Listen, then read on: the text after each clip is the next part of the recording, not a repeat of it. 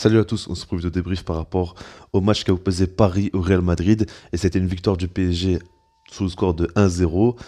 On va parler un peu de ce match-là, c'est vrai qu'il n'y a pas énormément de choses à dire. Maintenant, je trouve quand même qu'il y a des aspects à voir par rapport à la tactique du PSG qui a été mise en place et la peut-être non tactique du Real Madrid. En tout cas, on verra tout ce qui s'est passé dans ce match-là. Et on va commencer par parler un peu déjà des compos. En soi, je vous l'avais dit, il n'y a pas vraiment de surprise. En même temps, c'est logique. Benzema qui a été titulaire. Après, les seules absences, c'est Neymar et Sergio Ramos.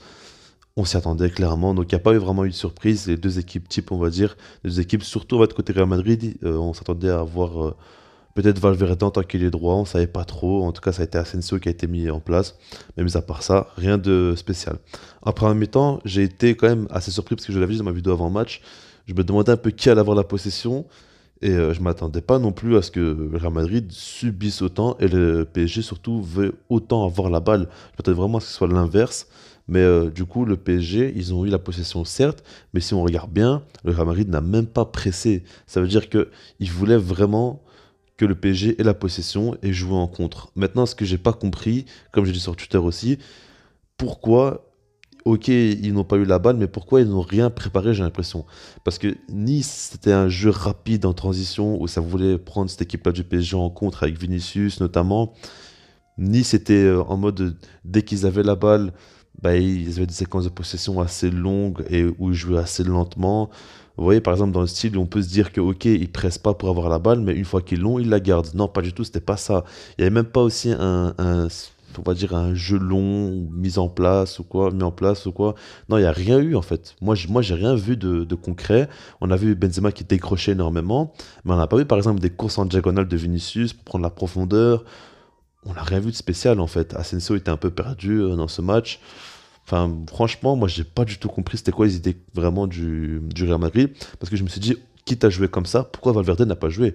Parce que là, dans ce registre-là, il aurait pu beaucoup apporter. Par exemple, plus qu'un Asensio, je trouve, par rapport à ses projections notamment. Une fois qu'il a la balle, on sait très bien qu'il gagne beaucoup de mètres balle au pied. Donc, il aurait pu beaucoup apporter.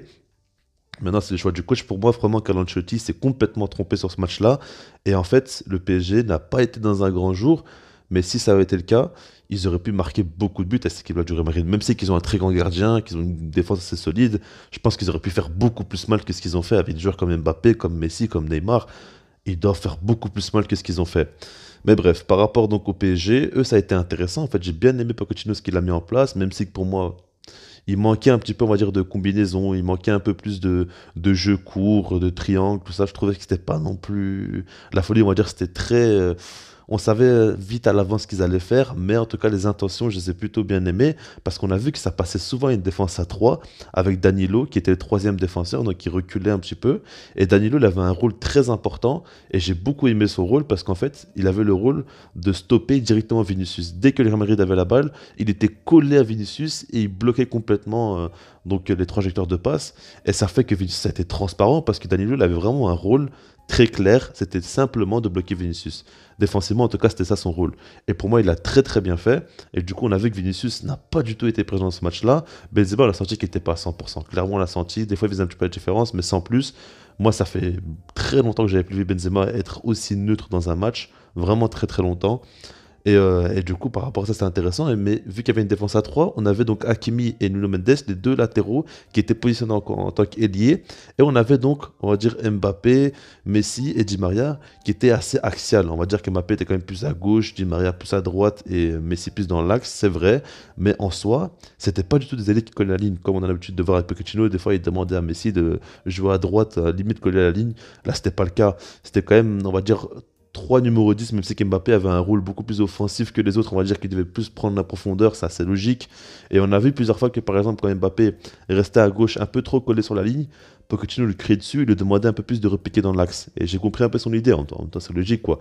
Il voulait tout simplement qu'Mbappé puisse être trouvé le plus proche possible du but sans être axial non plus. Parce que s'il est vraiment vraiment axial, bah, il a Militao et Alaba sur lui. Alors que s'il est un peu plus sur le côté gauche, mais pas non plus à l'extrême, ah ben là il est face à Carvajal et Carvajal fait une mauvaise saison. Ça fait un petit temps que pour moi il est plus vraiment au top. Hein. Il est plus du tout l'un des meilleurs à son poste. Et du coup, on a vu Carvajal, il a souffert. Et justement, Mbappé, quand même, il fait un gros match. Il n'y a pas à dire. Hein, il a plusieurs fois mis le feu tout simplement sur son côté. Il a réussi à éliminer Carvajal. Il a réussi à se créer des occasions, et des appels en profondeur, c'était très bon. Alors maintenant, on va passer à Messi, parce que je sais très bien qu'il y a beaucoup de gens qui vont le critiquer. Certes, il a raté son penalty, c'est vrai, il a raté son penalty à la 60e minute de jeu, il n'y a pas de souci. Il a raté quelques fois, on va dire, il a perdu pas mal de ballons quand même. C'est rare hein, quand on connaît Messi, normalement il rate pas autant de balles. Enfin, il n'en perd pas autant. Mais ce qu'il faut dire, c'est que si on regarde bien, Messi a été vraiment connecté, on va dire, avec Mbappé dans le sens, je dis pas, il n'y a pas eu une connexion folle entre les deux, c'est pas du tout ça que je veux dire, mais on a senti que Mbappé, il arrivait vraiment à trouver un bon duo avec Messi dans le sens où dès qu'il se projetait en profondeur, s'il y avait un joueur qu'il trouvait rapidement et facilement, c'était Messi. Et plusieurs fois, il a réussi à trouver Mbappé, et la plupart des occasions dangereuses d'Mbappé, si vous regardez bien, elles viennent de Messi, qui a été à la création. Dans son rôle, on va dire, de playmaker, il a été intéressant Messi, il faut le dire. Maintenant, je suis d'accord avec la plupart des gens, hein, je sais très bien ce qu'ils vont dire.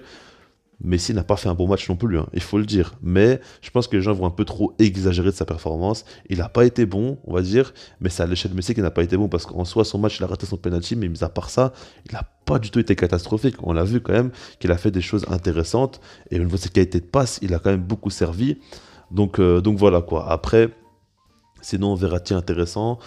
Il faut le dire aussi, maintenant côté Real Madrid, pour moi, ils ont été très décevants, quoi. Défensivement, ça a été costaud, surtout Thibaut Courtois. Thibaut Courtois a été vraiment excellent, il a fait un très gros match, il a sauvé son équipe, mais Vinicius a vraiment été transparent. Je le dis, Danilo l'a complètement coupé, mais mis à part ça, il fallait quand même qu'il montre un peu plus, quoi. Il fallait peut-être un petit peu qu'il, des fois, qu'il décroche.